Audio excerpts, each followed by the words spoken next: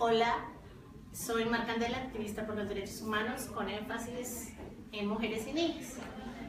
Como se los prometí, hoy vamos a hablar de un trasegar, de una vida. Una mujer que se ha enfrentado a Kiko Gómez, todo el país sabe quién es este señor. Mi interés no es resaltarlo a él, no necesita, la prensa ya ha hablado bastante de él, pero sí queremos que Diana López Zuluaga, Zuleta, caramba, quien ha pasado su vida entera buscando justicia, nos cuente un poco, a grosso modo, quién es el señor Kiko y nos cuente de su experiencia. Yo quiero, Diana, que sí, hagamos el ejercicio que habíamos hablado, que leas la noticia que publicaste con gallardía señalando lo que sucedió. ¿Quieres que empiece por ahí? Yo creo que sí, porque estamos atrasados de programa, pero antes les cuento, Diana es periodista, es una periodista increíble, hace cosas fenomenales, la pueden seguir en Twitter, ahorita está llena de expectativas con cambios trascendentales en su vida profesional y personal, pero yo quiero resaltar su gallardía, su valor, y por eso quiero entrar por ahí, de una vez. Yo complacida de estar aquí con Mar Candela, que lucha por el feminismo y por las mujeres. Y nada, quiero empezar leyendo una crónica que publiqué en el 2015 en la revista Semana, que fue muy leída y que cuenta cómo fue el asesinato de mi papá, Luis López Peralta, que ocurrió en el año 1997. Y se llama A mi papá lo mataron 2 veces. La última vez que estuve con mi papá fue el 6 de enero de 1997. Pasó a verme porque cumplía 10 años de edad. Él vivía en Barrancas, sur de La Guajira, y yo a 1 hora de camino en La Paz, Cesar, con mi mamá, mi abuela, mi bisabuelo y 2 tíos. Olía a la misma colonia de siempre, una fragancia dulce que he llevado viva en mi memoria y no he vuelto a percibir en ningún otro hombre. Su voz era de tono medio y su acento guajiro genuino, desabrochado y de palabras recortadas. Era de tez blanca que a veces parecía rojiza. Mi papá, Luis López Peralta, era concejal de su pueblo, Barrancas. Yo ignoraba el significado de su cargo. También sabía que como buen guajiro era mujeriego y debido a ello somos 8 hermanos de distintas madres aparte de mi mamá. Trabajaba de día y de noche. Poseía tanto carisma como un cantor popular de nuestra tierra y era bonachón. Para aquel año aspiraba a la alcaldía del municipio con una amplia opción de ganar. Había sacado la segunda votación más alta en las últimas elecciones para el Consejo Municipal. Su eslogan era "Nací, vivo y aquí me quedo". Era lunes. Me estrechó entre sus brazos corpulentos, me besó y me dijo repetidamente "te quiero". Yo lo amaba. Hoy logro entender que su visita de cumpleaños fue en realidad una premonitoria despedida que se despierta constantemente entre mis recuerdos y me aplasta el alma. De él, dice mi mamá, tengo los ojos, las cejas y la malicia. 1 mes y medio después fue asesinado de acuerdo con pruebas y testigos por orden del exgobernador de La Guajira, Juan Francisco Gómez, alias Kiko, quien para aquel año era el alcalde de Barrancas. Recuerdo que el día de su muerte, sábado 22 de febrero de 1997, mi papá iba a pasar por mi casa. Yo me disponía a ensayar con mi profesor de guitarra una serenata que le daría el día de su cumpleaños, el 25 de febrero. Iba a cumplir 40. El año anterior yo también había tocado acordes de aprendiz que le encantaron y me agradeció con besos. Esta vez le iba a tocar el cumpleaños feliz que todo el mundo canta en Colombia, entre otras 4 canciones. Mi mamá recibió una llamada en el viejo teléfono de disco y encogió el semblante. Colgó abruptamente y, con voz vacilante y entrecortada, me dijo que mi papá había sido herido, que debíamos irnos de inmediato a la clínica Valledupar. Al salir de la casa me esperaba mi profesor de guitarra y también el de matemáticas. Por un descuido los había citado a la misma hora. Conservo en la memoria las imágenes de ese día con toda claridad. Yo llevaba puesta una blusa ombliguera de color naranja, un short de jeans y unas sandalias. Apenas supimos en la clínica que mi papá había muerto, mi mamá corrió a un almacén a comprarme ropa negra y debí vestir de duelo durante más de 1 año, obligada por la tradición. Le encontraron la vena, exclamó el médico, y agregó, todo estará bien. Pero no fue así. Mi papá murió desangrado por una herida de bala en el cuello. Ahora sé, por mis propias averiguaciones profesionales de periodista, que la hemorragia le pudo haber sido detenida en el hospital del propio Barrancas antes de enviarlo a otro de mejor nivel. No obstante, fue transportado en el carro de la alcaldía y no en la ambulancia municipal, de manera que mi papá fue perdiendo grandes cantidades de sangre por el camino hasta cuando llegó a la clínica Valledupar. Por eso digo, como lo explicaré aquí, que a mi papá lo mataron 2 veces. La gente se agolpó en la clínica y comenzó a abrazarme. Yo estaba estática, helada. Sentí el horror de la muerte, pero no lloré. Con el tiempo he llorado constantemente y sigo haciéndolo. Me refugié en muchos remedios fallidos para eludir el trauma de aquellas balas que también mataron mi infancia. Muchos años después, una terapeuta me ayudó a hacer ese duelo postergado e inexorable. Desenterré una parte de esa opresión que he llevado dentro. Hice el ejercicio de regresar al momento del homicidio, hasta hoy impune, para vivirlo con la impotencia, el desconsuelo y el ahogo del día en que fue sacrificado mi papá. Esa noche, durante el velorio en Barrancas, mi abuela de padre me tomó a la fuerza por un brazo para que viera el cuerpo de mi papá en el cajón de madera, pero me negué a verlo. No fui capaz. Del ataúd no salía la fragancia dulce de su loción, sino el olor ácido y penetrante del formol, la solución antiséptica y desinfectante que retarda la descomposición de los cadáveres. Al entierro acudió una muchedumbre acongojada. Sollozaba. A mi papá lo querían de veras en su pueblo, en el que sin duda iba a suceder en la alcaldía a Kiko Gómez. No sé cuánto tiempo después del homicidio empecé a oír que a mi papá lo habían matado por política, lo que para mí resultaba incomprensible. A mi papá lo asesinaron como a uno más en este país, con la diferencia de que el acusado autor intelectual del homicidio asistió al entierro, se impuso para ayudar a cargar el ataúd y, en el homenaje que le hicieron en el Consejo Municipal, pronunció un discurso que mandó a escribir y quedó registrado en un video que, abrumada de nuevo por la pena, pude ver por primera vez hace unos meses. En él, Kiko Gómez dice: nuestro compañero de luchas, Luis López Peralta, bajo su pecho escondía un ardiente corazón lacerado por tanta injusticia y bajo un silencio clamoroso pedía a diario paz, trabajo y piedad por la gente del pueblo. Como alcalde, sin embargo, no pidió justicia. Ese año, la muerte no hizo más que tocar a la puerta de mi casa de una manera despiadada. Al día siguiente del entierro de mi papá, murió de un infarto mi abuela materna, a quien amaba sin medida. Ella se fue sin saber que mi papá acababa de ser asesinado. Pensaron que enterrarla habría sido un agravante para su calamitoso estado de salud, y a los 7 meses murió mi bisabuelo. El dolor adicional que produce la impunidad, en la medida que crecí, me llevó a indagar sobre el origen y los detalles de la muerte de mi papá. Conozco de memoria el expediente y la realidad de lo que sucedió hoy, con 18 años de demora, ya son 20, a consideración del Juzgado Noveno Penal de Circuito Especializado de Bogotá. El empeño de mi papá por destapar la corrupción administrativa de Barrancas y su aspiración a la alcaldía fueron los desencadenantes de su muerte violenta. Desde el hotel que fundó en Barrancas con su trabajo, mi papá vio cuando incendiaron la oficina jurídica de la alcaldía para borrar las evidencias de las corruptelas de la contratación que estaba denunciando abiertamente. Luego dijo que develaría y denunciaría la causa del incendio. También cuestionó la administración de Kiko Gómez y se convirtió para él en una piedra en el zapato. Eran las 9 de la mañana de ese día nefasto. Mi papá estaba en la oficina de su hotel Iparú de Barrancas, junto con 2 de mis hermanas de padre de 9 y 14 años. Él se paró a abrir la caja fuerte, un tipo moreno entró y le disparó con una pistola. Él cayó. Afuera lo esperaba otro hombre de piel más clara y ambos huyeron apresuradamente a pie y en las narices de la policía. De acuerdo con la Fiscalía, Jesús Albeiro Guisao, alias Brian, preso en Montería, y alias Carevieja, asesinado, fueron los sicarios. Ambos eran matones de confianza del jefe paramilitar Rodrigo Tobar Cupo, alias Jorge 40.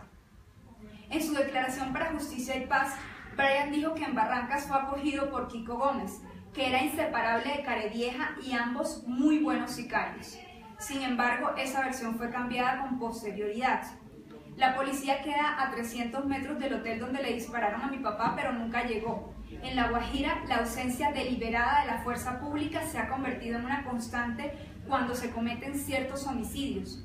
A mi papá herido lo llevaron al hospital del pueblo, pero no lo atendieron, según testigos, por carecer de personal médico y equipos. De repente apareció el carro oficial de la alcaldía para trasladarlo a él a Valledupar. Todavía no entiendo quién tomó la decisión de llevarlo en ese vehículo de uso privativo de Kiko Gómez sin haber recibido primeros auxilios. Valledupar está a 1 hora y media de carretera de Barrancas, donde había una ambulancia, pero dijeron que era muy lenta. Emprendieron el recorrido. Mi papá estaba acompañado por un pariente político y una médica que no hizo absolutamente nada por salvarlo. Tras haber partido, trataron de conseguir una bala de oxígeno portátil en los pueblos por los que iban pasando mientras él se desangraba. El carro se detuvo en el hospital de Fonseca, pero supuestamente no había oxígeno. Luego, mientras mi papá seguía desangrándose, se detuvieron en Villanueva y tampoco encontraron. En San Juan, menos. En uno de esos pueblos, el carro puesto por Kiko Gómez se quedó sin gasolina y el pariente político que iba allí logró que le fiaran unos galones para poder seguir. Finalmente llegaron a la clínica Valledupar. En la entrada, un testigo que aún no ha declarado en el juicio por físico terror me contó que había 2 tipos con cara de sicarios esperando la llegada, pero él tomó la pistola de mi papá, la esgrimió y así logró disuadirlos. A mi papá lo mataron 2 veces. Él iba muriéndose, intentaba decir algo con desesperación y no podía. Falleció en la clínica cuando iba a ser intervenido. El médico que lo recibió fue el ginecólogo Mario Gómez Cerchar, hermano de Kiko Gómez y socio de esa clínica. Fue quien dio la noticia de la muerte.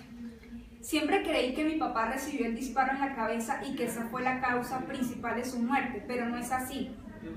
Mi papá tenía una oportunidad de vivir si hubiera sido atendido a tiempo por un médico cualquiera. Así lo indicó el médico forense Aníbal Navarro, a quien consulté para que analizara la necropsia practicada en Valledupar. El doctor Navarro trabajó durante 5 años en el Instituto Nacional de Medicina Legal y es profesor universitario. Mi papá recibió el disparo en el cuello, que afectó la arteria facial externa y la vena yugular externa derecha. Su lesión no era tan grave, de acuerdo con la explicación del doctor Navarro. Él no murió instantáneamente por el disparo, sino por las 3 horas de inasistencia a las que fue sometido. Se desangró, dejaron que se desangrara.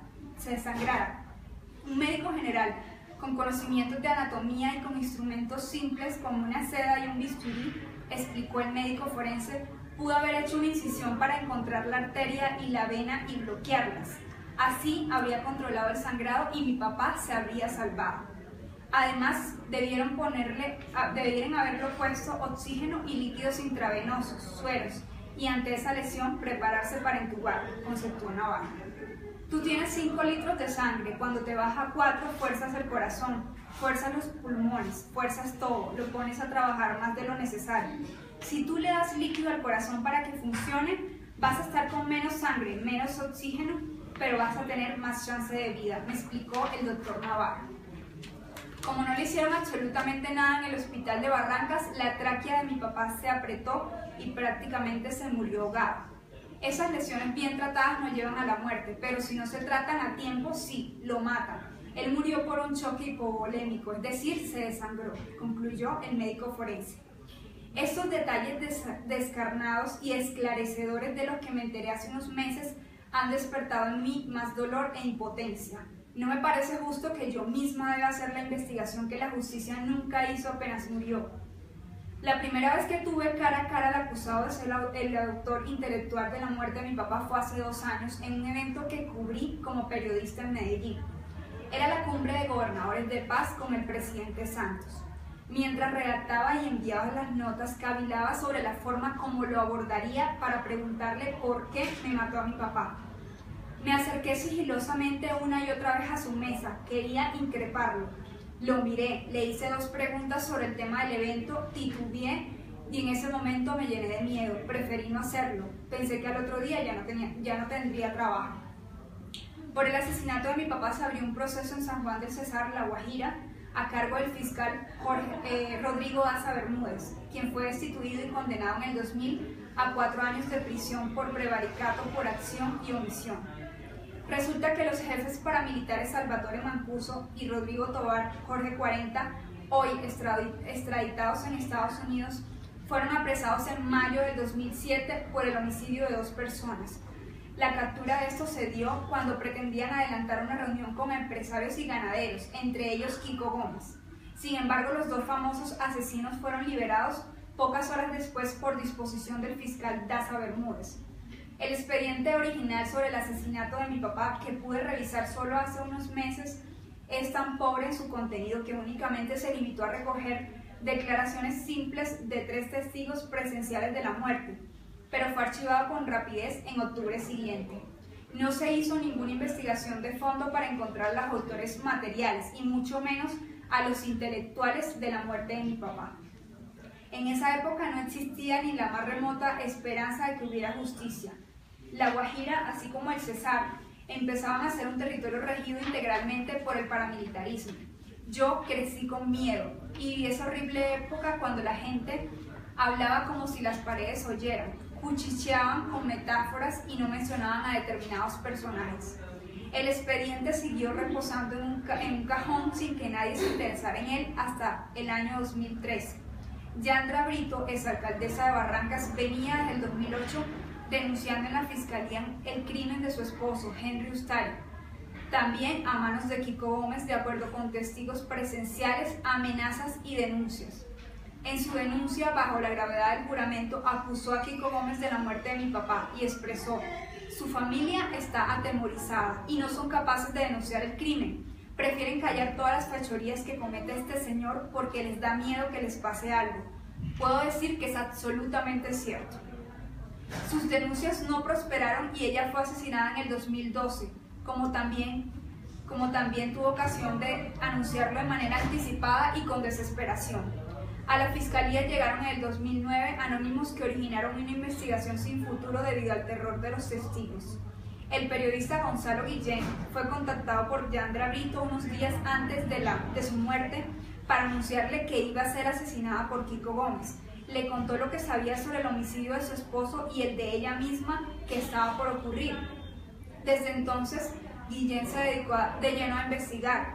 Su denuncia quedó plasmada en un memorial de 25 páginas que entregó al fiscal general Eduardo Montealegre en el 2013. En él dio cuenta no solamente de la muerte de mi papá, sino de 130 homicidios más que ya están en etapa investigativa. En un artículo posterior, el periodista expuso todos esos casos de homicidio que le son atribuidos a Kiko Gómez. Estas denuncias y decenas de testimonios dieron fundamento a las 3 medidas de aseguramiento que hoy tiene Kiko Gómez por 9 homicidios: porte ilegal de armas, concierto para delinquir con las Autodefensas Unidas de Colombia y concierto para delinquir con el grupo ilegal de Marco Figueroa. Ahora me encuentro con él frente a frente en las audiencias públicas del juicio por la muerte de mi papá, en el que los testigos huyen aterrorizados o cambian sus versiones por miedo. Nunca antes imaginé que su muerte fuera a salir de la oscuridad, creyendo que era imposible. Por eso no dudé en constituirme en parte civil dentro del proceso. Soy la única de mi familia que se ha atrevido a hacerlo. He leído y releído más de 4.000 páginas que componen el expediente. Con ello ayudo al abogado penalista que me representa gratuitamente, el doctor Carlos Toro López. Me lo consiguió Gonzalo Guillén, con quien han hecho valientes denuncias de impacto mundial, como la historia de la farsa que constituyó la conocida Operación Jaque. Guillén publicó una serie de investigación sobre este tema en The Miami Herald y produjo el famoso documental Operación Jaque, una jugada no tan maestra. La pérdida de mi papá dejó una huella muy honda en mi alma. Él no estaba presente en ninguna fecha especial, en ningún grado, en mis 15 años. Nunca sabrá que estudié, nunca podrá corregirme, nunca recibiré un consejo de él, nunca leerá esta crónica que escribí para él y por él. No conoció los primeros reportajes que publiqué en la primera página de Diario Las Américas de Miami, que me llenaron de orgullo. El despiadado sentimiento de frustración que cargo desde la infancia me hizo formarme como periodista para tratar de combatirlo. Cuando era niña escribí sobre esta manera de cuento y me cuestionaba: ¿por qué querrían matar a mi padre? ¿Por qué la vida ha sido tan cruel? 18 años después, ya son 20 años después, el tiempo y la vida me han dado todas las respuestas sin matices a esas 2 preguntas que me hice y que fueron publicadas en un libro del colegio. Ya no tengo miedo. cuando le propuse a Diana leer su propia historia y su propio artículo, ella me decía, no sé si voy a arrancar a llorar, no sé si sea capaz de leerlo. En Mujer y Sociedad, este programa de feminismo artesanal en Asociación con Publímetro, nunca buscamos revictimizar a nadie. Acá lo que buscamos, Diana, es confrontarnos con el poder que tenemos dentro, como personas y como mujeres. Este ejercicio se está haciendo porque quiero que te des cuenta que tú eres una ave fénix, que eres una heroína viva en Colombia y que estás viva. Eso es lo realmente sorprendente, porque en este país no muchas heroínas dejan vivas. Lo que Diana ha hecho durante todo este tiempo ha sido sentar un precedente en el país de que hay gente buena, de que hay gente justa y de que hay mujeres con ovarios. Diana, de muy buena fuente me enteré que uno de los abogados defensores de este señor se atrevió a decirte a los ojos que él sabía perfectamente de que él sí era culpable de lo que había hecho. ¿Cierto o falso? Pues, cierto. ¿Es cierto? Sí. En este país existen abogados defendiendo solo por dinero, sin escrúpulos, sin ética, sin principios, con la excusa aguada de que todo ser humano merece el derecho a la legítima defensa. Y tenemos abogados reconocidos en el poder defendiendo lo indefendible. Y Diana es víctima de ese tipo de abogados y está aquí sentada diciéndonos, lo estoy haciendo, lo hice, porque finalmente ese señor está preso. Sí, y es que finalmente el arma de los homicidas, de los asesinos, de los ampones como Kiko Gómez es el miedo. No es ni siquiera el arma como tal, un revólver, una escopeta, es el miedo que todavía causan las víctimas. Y yo creo que lo importante es poder vencerlo y al menos enfrentarlo, no quedarse callado. Para mi papá, imagínate, pasaron 20 años para que se hiciera justicia. Y hay muchos asesinatos impunes. Esto es solamente uno de los tantos asesinatos que este señor es responsable, ¿no? Estábamos compartiendo y hablábamos de que tú no eres la primera mujer que lo encaró, tú no eres la primera mujer que lo enfrentó. Y que en La Guajira varias mujeres levantaron la voz y fueron ignoradas por el Estado. Y llegamos a la conclusión de que el Estado también era directamente responsable de lo que estaba pasando con estas mujeres que fueron asesinadas por este señor. Eso es lo que llegamos a concluir por haberlo denunciado. Yo quiero que nos hables, por ejemplo, de la primera mujer que levantó la voz para decir que ese señor había mandado a asesinar a su hija. Sí, hay dos mujeres. Una de ellas es Yandra Brito, que ya está muerta, fue asesinada por Kiko Gómez. Ella intentó denunciar a Kiko Gómez, primero amenazas hacia su esposo y hacia su propia vida, mató a su esposo, puso denuncias en La Guajira, en el Cesar, vino a Bogotá a presentar denuncias y a decir que su vida estaba en riesgo y el Estado no hizo nada. Él tenía todo el poder del mundo y eso quedó así. A ella la mataron en el año 2012, desafortunadamente, y fue una mujer muy valiente y de hecho, si no hubiera sido por Yandra Brito, tampoco se abre el expediente de mi papá, porque ella sí se atrevió a decir con nombre propio en la fiscalía, ese señor es culpable de la muerte de Luis López Peralta. Y también hay otra mujer muy fuerte en La Guajira que conocí, Francisca Sierra. A ella es una señora de unos 82, 83 años. A ella le mataron a su hija y también al esposo de su hija en años anteriores, también similar al caso de Yandra Brito.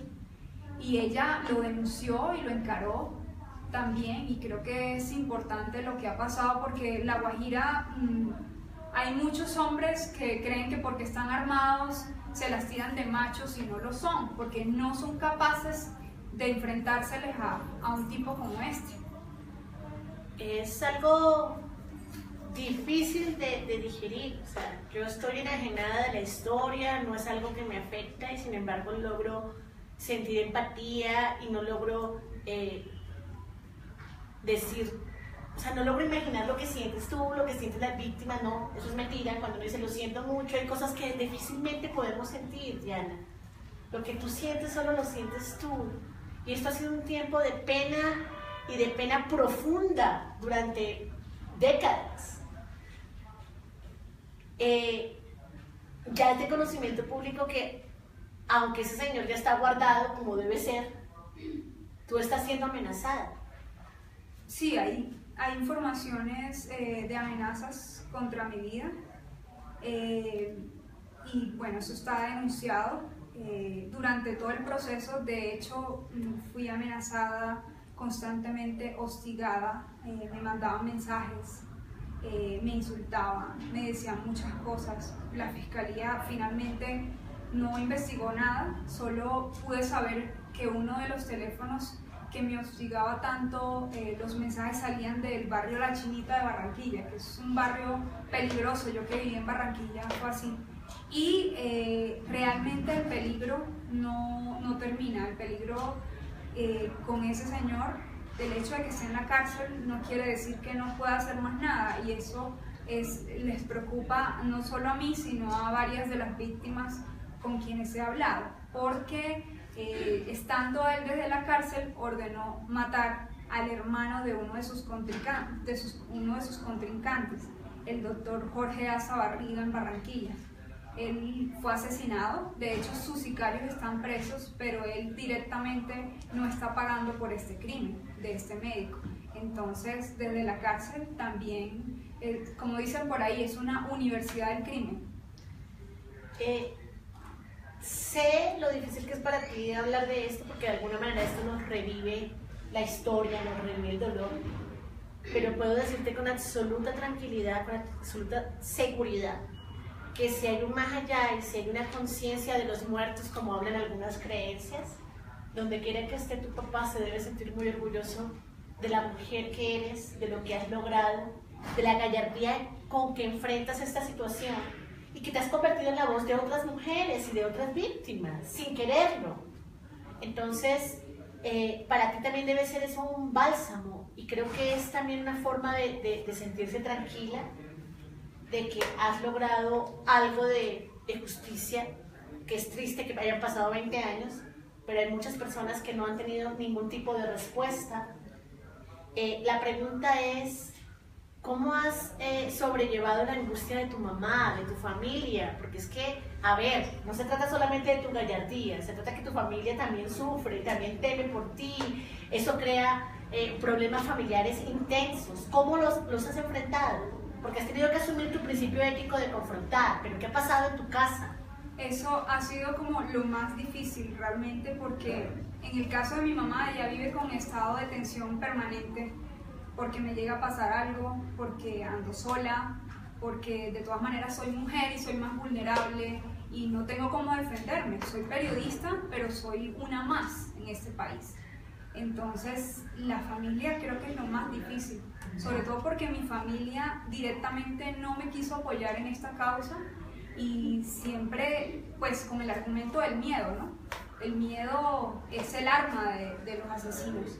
Entonces mi familia no quiso que yo me metiera en esto, no estuvo de acuerdo, pero yo dije voy hasta el final, lo que me corresponde como hija. Has estado por encima del miedo. Sí. Has estado por encima del miedo, pese al miedo y por el miedo, porque el miedo también te ha dado la fuerza para dar esta pelea. Exacto. O sea, yo siempre he dicho que a las mujeres putamente libres, esas mujeres que no nos dejamos oprimir por las circunstancias dadas, el miedo nos hace gritar y el miedo nos da más fuerza. Y creo que eso es lo que te ha sucedido, Diana. Creo que eso es lo que ha pasado todo este tiempo. Ese miedo te ha llevado a gritar y ese miedo te ha llevado a buscar justicia. La pregunta ahora es, ¿por qué es tan complicado que tú no tengas ya seguridad?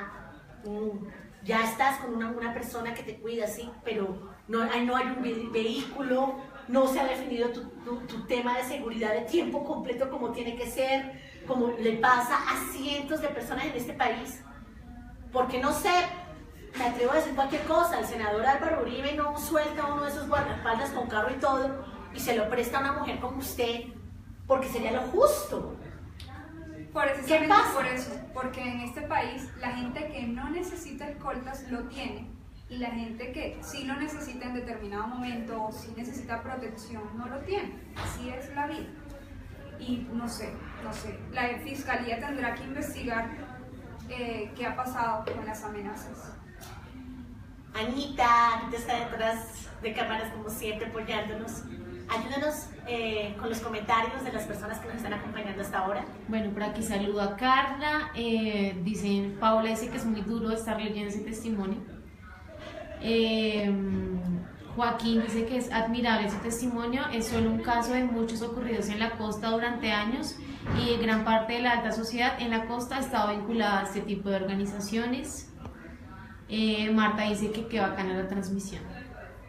Muchísimas gracias. Mujeres Sociedad es un programa que busca resaltar a las mujeres en todas las formas, reivindicamos todas las formas de ser mujer y a veces tenemos programas un poco amables y livianos con temáticas poco grosas.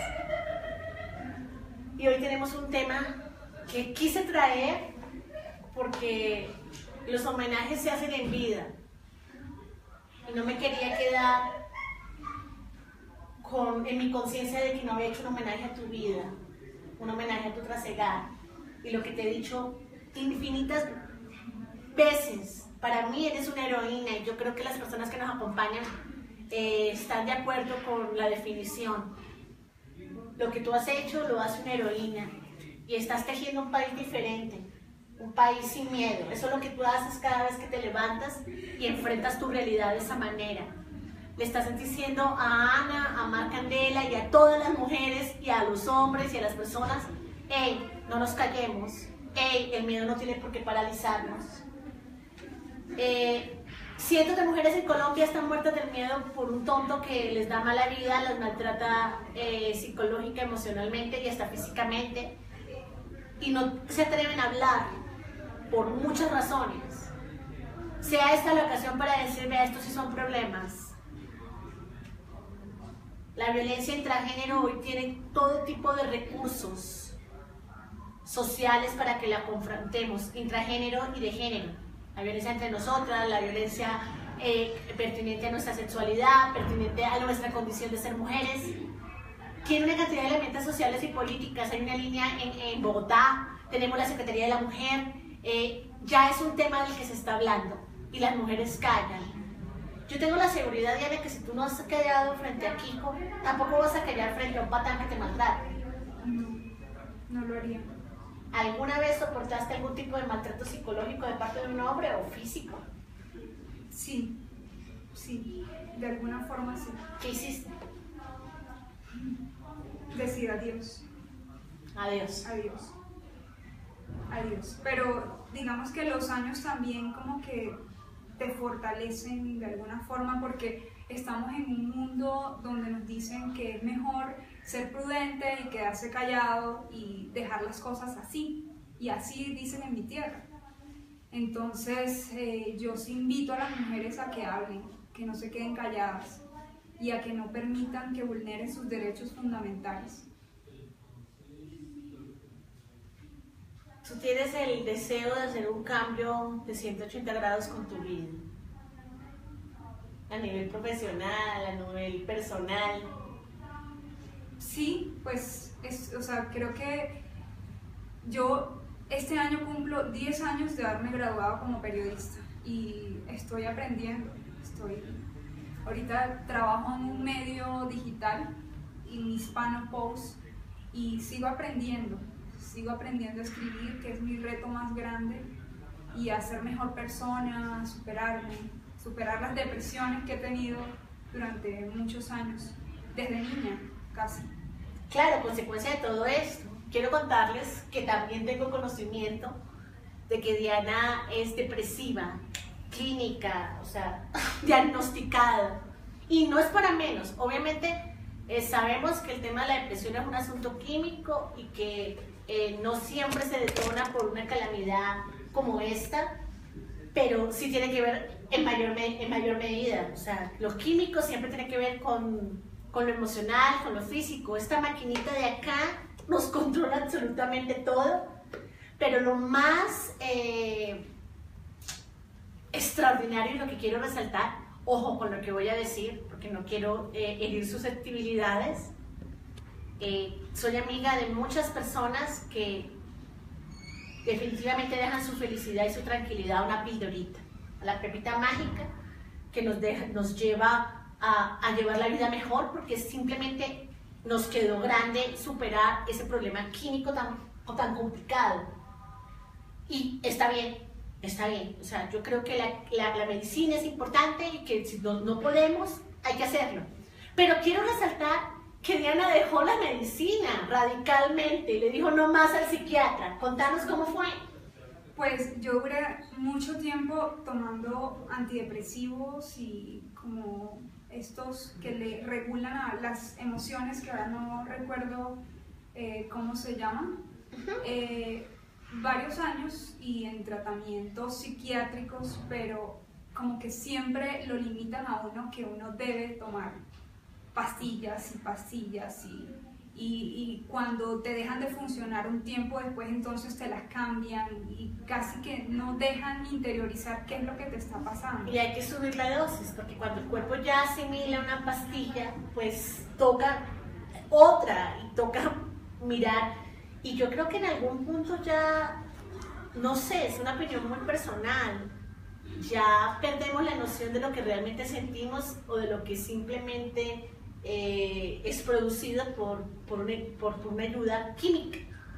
Entonces yo quiero resaltar eso, o sea, tú dejaste la medicina psiquiátrica y te metiste de cabeza a tu profesión. Sí. Y has hecho cosas increíbles. Y no he dejado la terapia, sí, o sea, todavía hoy tengo terapia y voy donde un médico que me da gotitas y que me da otros tratamientos alternativos para no sufrir tanto, porque la condena no alivia mi dolor, ¿ya?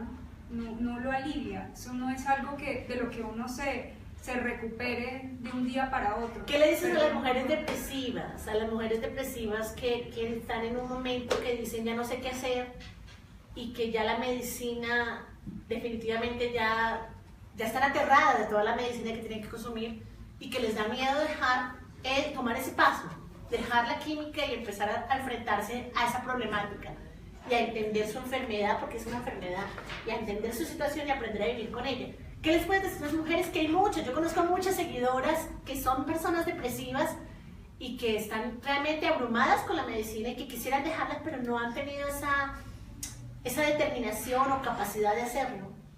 Yo creo que lo más importante es mirar hacia adentro de uno mismo, mirar qué está pasando, qué me produce esto. Y no solo con la depresión, te digo, los problemas también de salud se pueden manifestar externamente en otras cosas que tienen también esa connotación y ese significado de lo que uno no ha podido sacar dentro. Entonces yo creo que, o sea, yo la verdad, solamente le recomendaría a alguien que tomara pastillas antidepresivas cuando están en una situación en la que no se pueden levantar de la cama y han dejado de hacer su vida por estar deprimidas. En ese caso, solo en ese caso, como una medida de emergencia, yo diría que las tomen, pero de resto hay que buscar otras alternativas.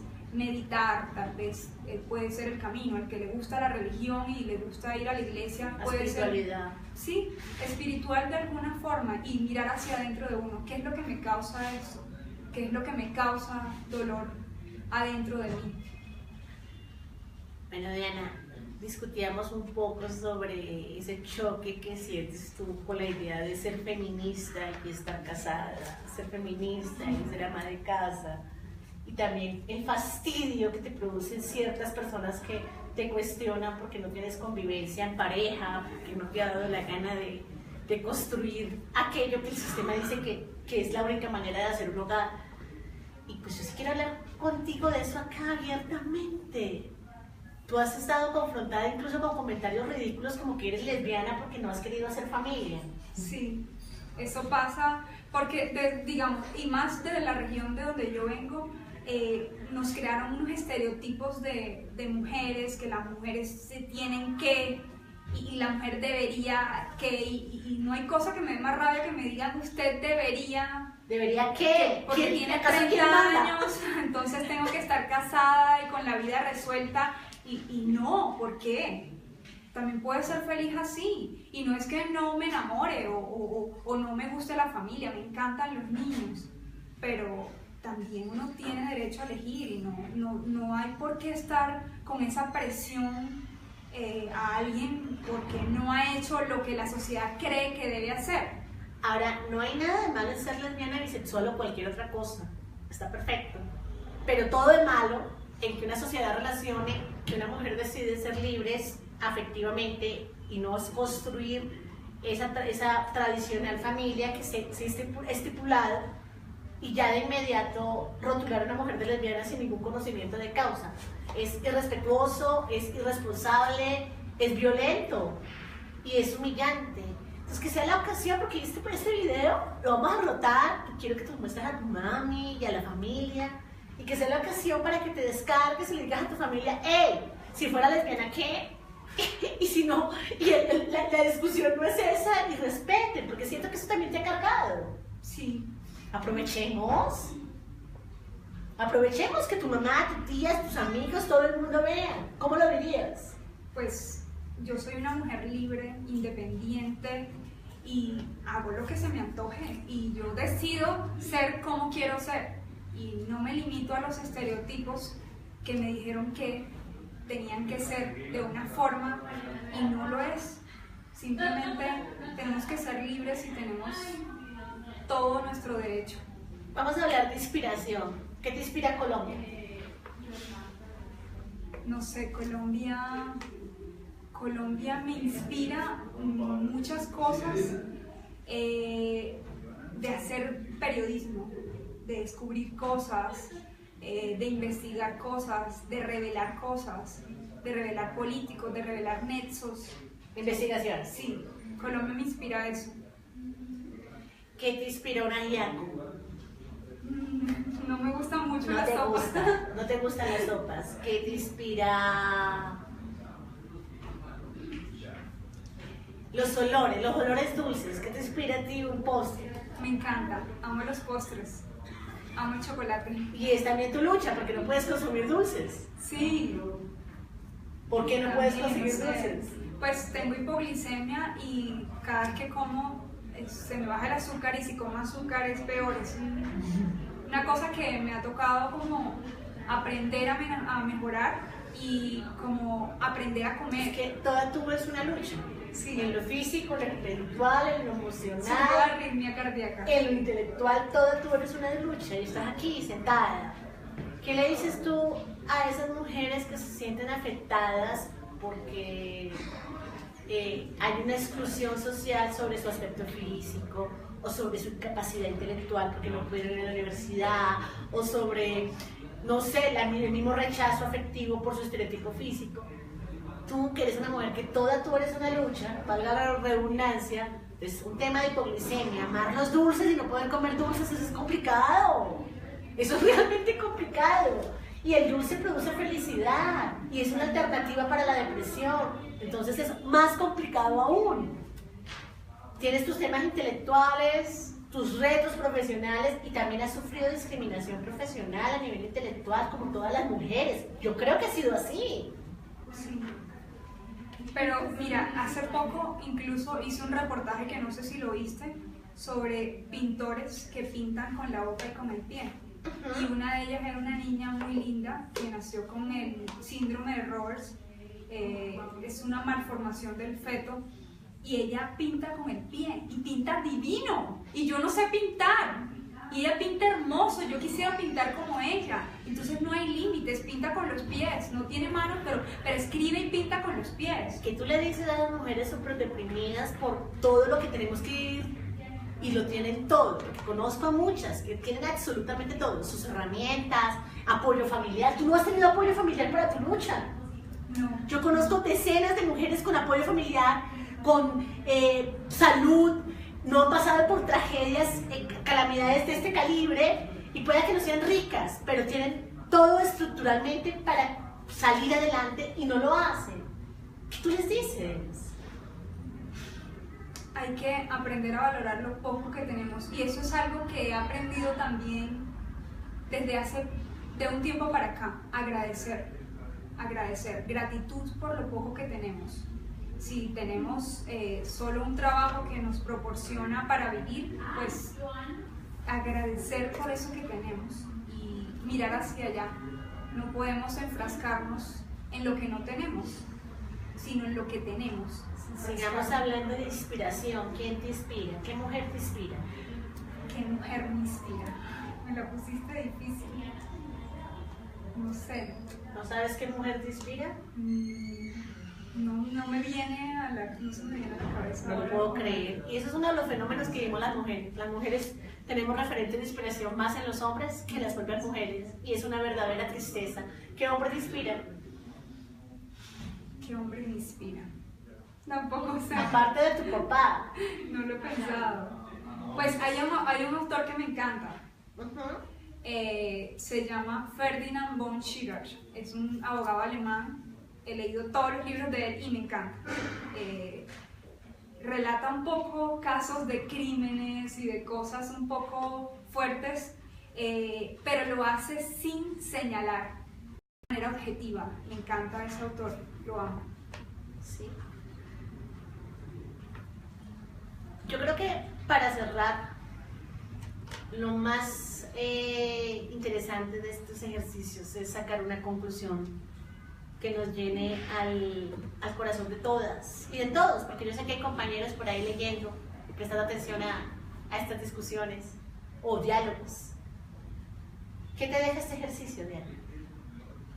Muy lindo compartir contigo, me gustó compartir contigo, pues hacer este ejercicio de leer la crónica, que realmente no sabía si la iba a poder leer porque nunca la había leído en voz alta delante de nadie, y pues aquí estoy para lo que les pueda servir como periodista, como mujer, como persona. Yo me voy muy inspirada por ti y me voy con la sensación de que somos más mujeres con gallardía de las que creen. Diana, Anita, ¿qué te deja este ejercicio? Lo mismo, sí, como siento mucha admiración porque pues yo también soy periodista y es como eso, ¿no? Como mirar esos ejemplos y poder algún día llegar a ser así, como buscar la justicia, seguir a pesar de todos los obstáculos, me parece un gran ejemplo. Para despedirnos me gustaría leer 2 comentarios más. ¿Tienes algo por ahí? Dicen, el tema de la depresión puede ser una piedra en el camino, muy admirable que ella haya decidido hacer un alto y retomar el sentido de su vida. Bueno, les invito a que por favor escriban a feminismoartesanal@gmail.com contándonos qué temas quieren que tratemos. Lean las columnas en Publímetro, síganme en Facebook, en Twitter y sobre todo, no dejen en saco roto estas reflexiones, llévensela a su familia, a sus amigos y empujemos todos las cosas buenas que tenemos para transformar, tanto mujeres como hombres, porque el feminismo es eso, una construcción auténtica que transforma sin sexismo, sin machismo y sin jerarquía. Chao, chao.